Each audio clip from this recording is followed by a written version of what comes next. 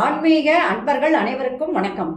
உங்களையெல்லாம் இந்த ஆன்மீக சேனல் மூலியமாக சந்திக்கிறதுல நாங்கள் ரொம்பவும் சந்தோஷப்படுறோம். நாங்கள் போடுற வீடியோலாம் உங்களுக்கு பிடிச்சிருந்ததுன்னா நீங்கள் லைக் பண்ணுங்கள், ஷேர் பண்ணுங்கள். கொளத்தூர் பாபா டெம்பிள் சேனல் நீங்கள் சப்ஸ்கிரைப் பண்ணுங்கள். இன்னைக்கு தமிழ் புத்தாண்டு அப்படிங்கிறத பற்றி ஒரு சின்ன பதிவு தரப்போகிறேன். இந்த பதிவில் இந்த வருஷம் எந்த நாளில் இந்த பண்டிகை கொண்டாடப்படுது, நல்ல நேரம் எது, அந்த முதல் நாளே நம்ம செய்ய வேண்டிய சில விஷயங்கள் இருக்கும். அது என்னென்ன, கனி காணுதல்னா என்ன, அன்னைக்கு முக்கியமாக வாங்க வேண்டிய பொருள் என்ன, படையல் என்ன, இதை பற்றி மட்டும்தான் இந்த பதிவு நான் கொடுக்க போகிறேன். வாங்க இப்போ நம்ம வீடியோக்குள்ளே வரலாம். தமிழ் புத்தாண்டு இந்த வருஷம் 14/4/2025 திங்கட்கிழமை இந்த தமிழ் புத்தாண்டானது பிறகுது. நல்ல நேரம் அப்படின்னு பார்த்தீங்கன்னா காத்தால 6லேருந்து 7:20 வரைக்கும் நல்லா இருக்கு டைமு. அதை தவிர்த்தா 9லேருந்து 10 மணி வரைக்கும் டைம் நல்லா இருக்கு. அதையும் தவிர்த்துச்சுன்னா நீங்கள் 12 மணிக்கு மேலே நீங்கள் எந்த நேரம் வேணாலும் நீங்கள் பூஜை செய்யலாம். இந்த நேரம்லாம் உங்களுக்கு படையல் போடுவதற்கு நல்ல நேரமாக அமையுது. அதனால இந்த நேரத்தில் நம்ம பூஜை பண்ணி இந்த வருஷத்தை நம்ம ரொம்ப சந்தோஷமாக கொண்டாடலாம். இப்போ முதல் நாள் செய்ய வேண்டியது அப்படின்னு ஒரு சில விஷயங்கள் இருக்கு. அதாவது தமிழ் புத்தாண்டு நாளைக்கு பிறகுதுன்னா இன்னைக்கு நம்ம என்னென்ன செய்யணும் அப்படின்னா, முதல்ல வீடெல்லாம் சுத்தம் பண்ணிக்கணும். வாயிற்படிக்கெல்லாம் மஞ்சள் குங்குமம் இதெல்லாம் நீங்கள் எப்போவுமே வைப்பீங்க, அதே மாதிரி வச்சிடுறீங்க. சாமி படங்கள்லாம் முதல் நாளே தொடச்சி அதுக்கெல்லாம் சந்தன குங்குமம்லாம் வைக்கணும். வெள்ளை, மஞ்சள், அதே நேரத்தில் சிகப்பு, இந்த பூக்களால் நம்ம சாமியோட படங்களை எல்லாம் அலங்காரம் செய்வது ரொம்ப ரொம்ப நல்லது. முக்கியமாக வெள்ளை நிறமான பூக்கள் அன்னைக்கு கிடைச்சி மல்லிகைப்பூவால் நம்ம அலங்காரம் பண்ணால் ரொம்பவும் சுபிட்சமானது.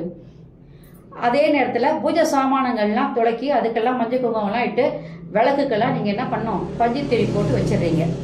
அது அன்னைக்கு நெய் விளக்கு ஏற்றுனீங்கன்னா ரொம்பவும் நல்லது. உங்கள் வீட்டில் வெறும் மண் விளக்கு மட்டும்தான் ஏற்ற போகிறோம் அப்படின்னா அது ரொம்ப சுபிட்சமானது. மண் விளக்கு இருந்தால் ஏற்றலாம், பித்தளை விளக்கு இருந்தால் ஏற்றலாம், இல்லை வெண்கல விளக்கு இருந்தால் ஏற்றலாம், இல்லை வெள்ளி விளக்கு இருந்தாலும் நீங்கள் ஏற்றலாம். அதனால அன்னைக்கு அந்த தாம்பாளம்னு ஒன்று வைக்கணும். அந்த தாம்பாளத்தில் நீங்கள் ஒரு சில பழங்களை வைக்கணும். கனிகள், கனி காணுதல் அப்படின்னு சொல்லும்போது முக்கணிகள், மாப்பழ, வாழை, இந்த 3 முக்கியமாக நீங்கள் அந்த தட்டில் வைக்க போகிறீங்க. அந்த பலாப்பழம்னு சொன்னால் முழுசாக வாங்கினா வச்சுக்கலாம், நிறைய பேர் இருந்தால் சாப்பிட்றதுக்கு முடியல அப்படின்னா பலா சுளைகளையாவது வைக்கணும். வாழைப்பழம் ஒரு டசன் வைங்க, பலாப்பழம் வைங்க. மாம்பழம் இருந்ததுன்னா உங்களுக்கு முடிஞ்சால் ஒரு டசன், இல்லைன்னா ஒரு 4 பழமாவது அந்த தட்டில் வைங்க. வெத்தலை பாக்கு, மஞ்சள் குங்குமம் இதெல்லாம் கண்டிப்பாக இருக்கணும். பூ இருக்கணும், வெண்மை நிறமான பூ, அதெல்லாம் வைங்க. ரூபா நோட்டுகளை வைங்க. சில்லறைங்க இருந்தால் சில்லறைங்களையும் அதில் வைங்க. அதே நேரத்தில் தங்கம் வெள்ளி நகைகள் இருந்தால் அந்த நகைகளையும் அதில் வைக்கலாம். இதெல்லாம் வச்சதுக்கு அப்புறம் அந்த தாம்பாள தட்டை நீங்கள் தயார் பண்ணி வச்சுக்கணும் கரெக்டாக, மறுநாள் கனி காணுவதற்காக. அது வச்சதுக்கு அப்புறம் ஒரு முகம் பார்க்கும் கண்ணாடியை அந்த தாம்பாளத்துக்கு முன்னாடி நீங்கள் வைக்கணும். ஏன்னா அந்த தாம்பாளத்தில் இருக்கிற கனிகள் எல்லாம் அந்த கண்ணாடியில் தெரியணும். அந்த கண்ணாடி வழியாக நீங்கள் பார்க்கறதுக்கு அது உங்களுக்கு கரெக்டாக இருக்கணும். அந்த மாதிரி நீங்கள் அதை தயார் பண்ணி வச்சுக்கணும்.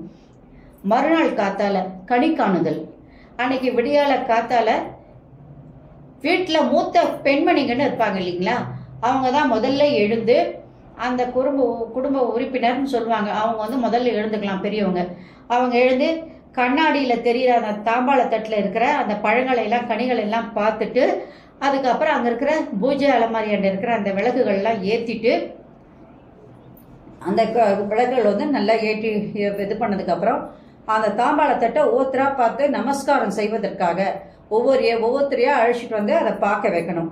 ஏன்னா இந்த வருஷம் எந்த குறையுமே இல்லாமல் நாங்கள் சுபிட்சமாக இருக்கணும், மன நிம்மதியோடு இருக்கணும் அப்படின்னு சொன்னால் கண்டிப்பாக நம்ம இறைவனுடைய அருள் நமக்கு வேணும். அதுக்கு இந்த தமிழ் புத்தாண்டு நமக்கு ஒரு வழிகாட்டியாக அமையுது. அதனால இந்த நாள் தொடர்ந்து இந்த வருஷம் முழுவதுமே நல்லா இருக்கணும் அப்படின்னு நம்ம பிரார்த்தித்துக்கிட்டு அதுக்கப்புறம் பிரார்த்தனை பண்ணிட்டு காத்தால நம்மளுடைய காலை கடன்களை எல்லாம் முடிச்சுட்டு இறை வழிபாட்டிற்கு நம்ம தயாராக வந்துடணும். அன்னைக்கு முக்கியமாக வாங்க வேண்டிய பொருள் அப்படின்னு பார்த்தீங்கன்னா உப்பு, மஞ்சள், குங்குமம், வெல்லம், நவதானியம், இதை மட்டும் நீங்கள் முக்கியமாக வாங்கணும். இதெல்லாம் நீங்கள் இந்த ராகுகாலம் யமகண்டம் தவிர்த்து எந்த நேரத்தில் வேணாலும் நீங்கள் அன்னைக்கு வாங்கலாம். அது எல்லாமே உங்களுக்கு நல்ல நேரம் தான். அதனால் அதை கண்டிப்பாக நீங்கள் பூஜை அலமாரியில் கண்டிப்பாக வைங்க. புதிய பஞ்சாங்கம்னு ஒன்று இருக்கும் இல்லையா, அன்னைக்கு பஞ்சாங்கம் வரும், சித்திரை மாதம் புதிய பஞ்சாங்கம் வரும். அதையே கொண்டு வந்து அந்த வழிபாட்டில் நீங்கள் வைக்கலாம்.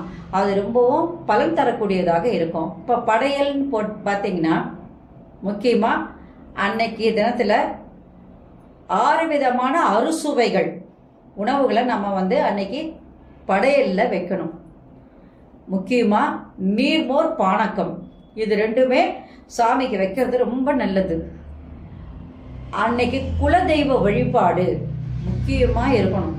ஒவ்வொருத்தருக்கும் ஒரு குலதெய்வம் இருக்கும். அந்த தெய்வ வழிபாட்டை நீங்கள் முதல்ல முடிச்சுட்டு அப்போ முன்னோர்களுடைய வழிபாடுகளை செய்யணும். அதெல்லாம் செஞ்சதுக்கு அப்புறம் உங்கள் இஷ்ட தெய்வங்களை எல்லாம் நீங்கள் அன்னைக்கு வழிபாடு செய்யலாம். தெய்வ வழிபாடு எல்லாம் நீங்கள் முடிச்சிட்டீங்க அப்படின்னா அதுக்கப்புறமா தான் நீங்கள் என்ன பண்ணணும், உங்களால் முடிந்த அந்த பொருள்களை எல்லாம் என்னென்ன பொருள் இருக்கோ அதையெல்லாம் உங்களுக்கு வந்து அன்னைக்கு ஒரு கிஃப்டாக கொடுப்பாங்க. வயசில் பெரியவங்க அவங்க பாதத்தில் நீங்கள் என்ன பண்ணணும், விழுந்து நமஸ்கரிக்கணும். அந்த மாதிரி நமஸ்காரம் செய்யும் பொழுது அவங்க என்ன பண்ணுவாங்கன்னா ஏதாவது ஒரு பொருளை உங்களுக்கு கொடுப்பாங்க, ஆசீர்வாதம் பண்ணுவாங்க. அதே இடத்துல ஒரு பணமோ நகையோ அவங்களுக்கு என்ன முடியுதோ அதை கொடுப்பாங்க. அந்த மாதிரி ஒவ்வொருத்தர் பெரியவங்க காலில் விழுந்து அன்னைக்கு ஆசீர்வாதம் வாங்குறது ரொம்ப ரொம்ப நல்லது. அது மட்டும் இல்லாமல் அன்னைக்கு எல்லாரும் ஒன்றா உட்காந்து அன்னைக்கு சாப்பிடும்போது அந்த சமபந்தின்னு சொல்லுவாங்க இல்லையா, அந்த மாதிரி எல்லாரும் வந்து அந்த பந்தியில் வந்து சமபந்தியில் வந்து சாதாரணமாக ஒரு விருந்துன்னு சொன்னால் அந்த விருந்தில் வந்து எல்லாரும் உட்காந்து சாப்பிட்றது நல்லதுன்னு நினைப்போம்.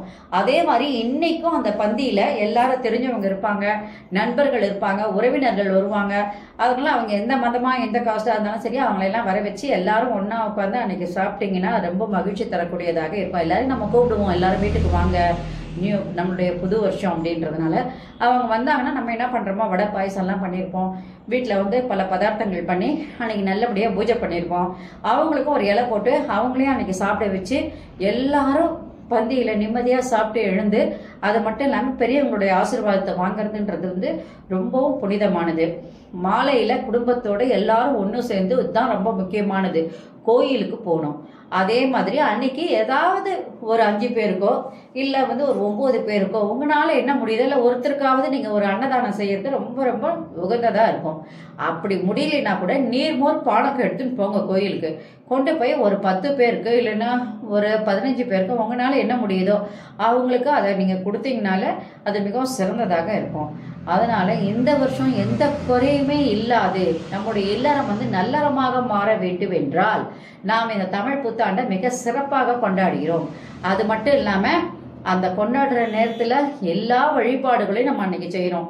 குலதெய்வத்தை கும்பிடுறோம், இஷ்ட தெய்வத்தை கும்பிடுறோம், அதே முன்னோர்களை எல்லாம் அன்னைக்கு நம்ம வழிபாடுகள் செய்கிறோம். இந்த மாதிரிலாம் செய்யும்போது எல்லா தெய்வங்களுடைய கடாட்சமும் நமக்கு நிச்சயமாக கிடைக்கும் அப்படிங்கிறது தான் உண்மையான வாக்கு. இந்த வீடியோ உங்களுக்கு பிடிச்சிருந்ததுன்னா நீங்கள் லைக் பண்ணுங்கள், ஷேர் பண்ணுங்கள், குளத்தூர் பாபா டெம்பிள் சேனலுக்கு நீங்கள் சப்ஸ்கிரைப் பண்ணுங்கள். நாளைக்கு அடுத்த பதிவோடு உங்களை நான் சந்திக்கிறேன். நன்றி, வணக்கம். ஓம் நம சிவாய, ஓம் நம சிவாய, அரகர மகாதேவா, சம்போ மகாதேவா. அனைவருக்கும் நலம் உண்டாகட்டும். Subscribe to my channel and please press the bell icon for more videos.